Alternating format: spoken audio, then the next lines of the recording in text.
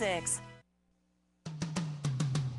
Welcome back. You're listening to Cindy Laverty Show on CRN Digital Talk Radio, and I'm so glad that you're joining me today. My guest is in studio with me, Angela Schaefers, and she is the host of the radio show Your Story Matters. She's an author, she's a speaker, and we're talking about her personal story, which is really how she got into this. Diagnosed with cancer, had a rough childhood, has 3 daughters. And today she has gone from grief to grace, and she shares that story with everybody else. Angela, thanks so much for being here. Glad to be here, Cindy. Okay, so we're talking about how we never know what God, the universe, whatever it is that you call this big presence, has in store for us. That's right. So what did you learn, you know, in this? I'm guessing you didn't always write about grief to grace.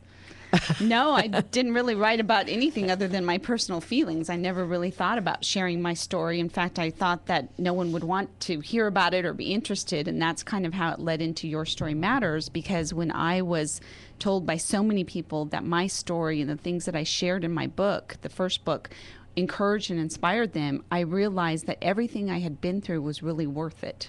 Right. Now, that might seem odd to some people, because some people would say, why would you want to go through all those hellacious things just to be able to encourage and inspire people? But I think that that's the story that God gives each of us. It's Right. always different. Right. And so when we learn from it and then share those nuggets of wisdom, we truly can have an impact on other people. Okay, so in today's world, there's a lot of people who are really struggling with either illness or somebody being off, you know, fighting a war, loss of job, economy. I have not ever seen a time in our society when people are so clinging on, seems like, to life, for dear life. So we get stuck. Is there a process, when you're speaking to people, is there a process that you recommend that people go through to get unstuck? There is, and the main thing that I remind people is that there's always someone else that is going through things that are very much different or worse sometimes than what they're going through. Right. And sometimes when we stop and realize that, we can realize, you know, put our own things in perspective and say, okay, maybe my situation isn't that bad. Maybe I am going through this, but I'm not going through that. Right. Maybe I have people around me that love me, that support me. Maybe I have somewhere to go at the end of the day when there's, you know, thousands and thousands of homeless people all the time all around us. So really it's perspective. It's looking at the circumstances you're in, what you can control in that and what you can't, and what's actually happening with other people. And sometimes when I encourage people to help out in some way, some small way, and to Be of service. Even smile, it really changes things for you. Don't you think that? I mean, you feel better. Oh, absolutely. Absolutely. You don't focus on yourself as much. You don't feel like everything's so hopeless. Sometimes you get a smile or a hug back. Sometimes you get a big thank you. And all of those things are necessary for us to not be, you know, enmeshed in our own pain and suffering, because I understand there are things going on. I mean, there's things in my life. It's certainly not perfect. I didn't wake up today, you know, in a castle. Right. And have my chariot deliver me here.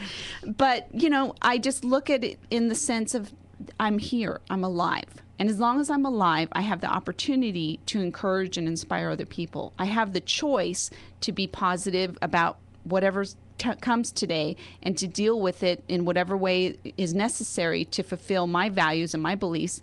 And those are awesome things, to be alive and have a choice about how you respond to the circumstances and people around you. Right. And I think it's also, you know, we live in a really social culture, but we also live in this real insulated world. And I think when you're struggling, if you reach out and actually ask for help, ask for support. You know, yesterday when I was making jokes about my really bad day was really bad. I mean, I didn't end up, you know, in the hospital or anything, but for me, I was having a really bad day. And I told my family, I said, okay, just leave me. This is what I need from you today. Just leave me alone. Just let me muddle through my stuff, you know, but we can ask for help by asking to be left alone. We can ask for help by asking for a hug, by asking for support. And I don't think we do that enough. Do you find that to be true? Absolutely. I was just talking to someone on my radio show about that, and they were talking about going through difficulties like addiction or going through a rough divorce, things like that, going through loss, death of a spouse or a partner. And we don't go anywhere to talk to anybody. We don't access services. We don't go to, if you're involved in church, to our church. We don't find someone to talk to or just to be with in or that even situation. pick up the phone and call a friend and say, you know, gosh, I really need some help today, you know? All right, let's finish this topic up when we come back from the break. You're listening to Cindy Laverty Show. I'll be right back.